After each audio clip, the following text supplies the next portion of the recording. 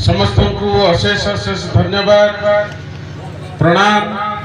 आपण माने आज जो भली भाव एठी स्वागत करिसंती घरे घरे शंख कार्यक्रम रे दुबलापाल ग्रामवासी समस्त को मु प्रणाम जनाऊँ, कृतज्ञता अभिनंदन जनाऊँ।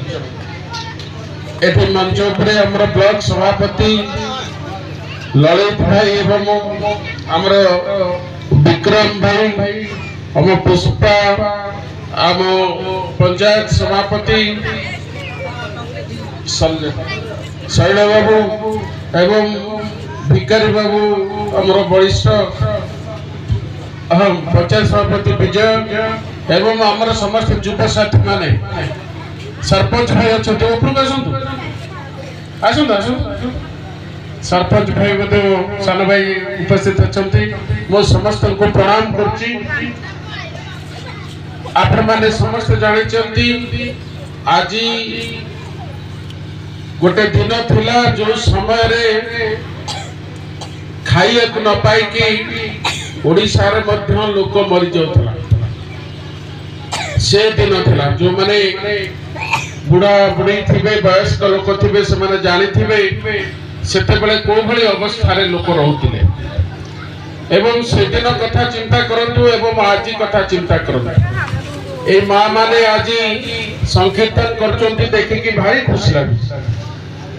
आगुरु आपण केबे जानि नथिबे मां माने केबे दांड द्वार मुह को आसीबा, तेणु एई सब होउची परिवर्तन से भत्ता हो, कलाकार भत्ता हो, वार्धक्य भत्ता हो, बीएसवाई कार्ड रे बिजु स्वास्थ्य कल्याण योजना जो कार्ड रे मां मान को 10 लाख, पुरुष मान को 5 लाख टंकार स्वास्थ्य सुविधा हो एवं आम ओडिशा नवीन ओडिशा रे गाँ रे रास्ता घाट हो कि मंदिर हो सबू विकास पाई नवीन पटनायक सहयोग करी आसीचंते। विशेष करी ग्रामांचल विकास पाई आपण जो माने एठी पुराना पुरुखा लोक थिबे आपण माने जानि थिबे आगुरु ए रास्ता कोन थिला। आगुरु मौसा कहबे मौसा ए रास्ता कोन थिला आपण युवक बेले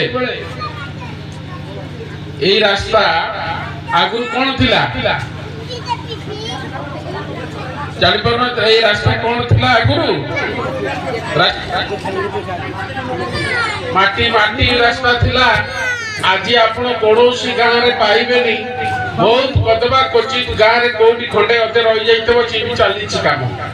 तेणु यातायात कथा हो आपणकर पंचायत रे स्कूल 5 रे जाइछ ना नहीं, तेणु स्कूल रे पिला को आगुरु आम बड़ बाबू माने स्कूल को पिला को पठांती नहीं सरकारी स्कूल को।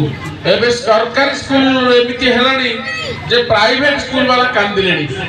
तेणु ये सब परिवर्तन जे सारथी माननीय मुख्यमंत्री नवीन पटनायक का आह्वान क्रमे आज यही जगह तेलकोई निर्वाचन मंडल घरे घरे शंख कार्यक्रम आपण मानकर संकीर्तन ध्वनि रे मां काली स्मरण करी कि मां काली पाखरे पूजा करी आमे यही जगह घरे घरे शंख कार्यक्रम को आरंभ करुचे।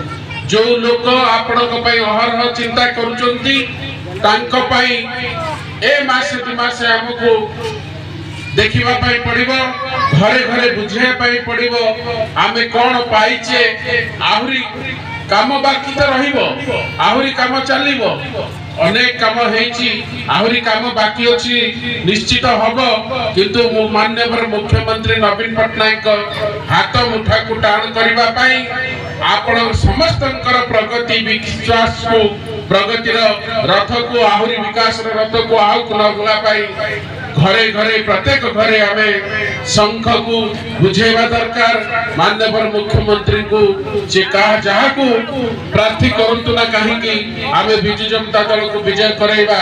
तेलकोई निर्वाचन मंडली सबले स्वाभिमान निर्वाचन मंडली बिजु बाबू के संगे रहिथिले एबे माननीय मुख्यमंत्री नवीन पटनायक सहित रहिबे। एठी पुनर्बार मु समस्त को धन्यवाद अर्पण करुच्ची। आम भाषण देवार समय नहीं, घरे घरे बुलवा बुझेवा दुख शुणा शंख लगेवा एवं कार्यक्रम को आरंभ करने महिला सभानेत्री उपस्थित अच्छा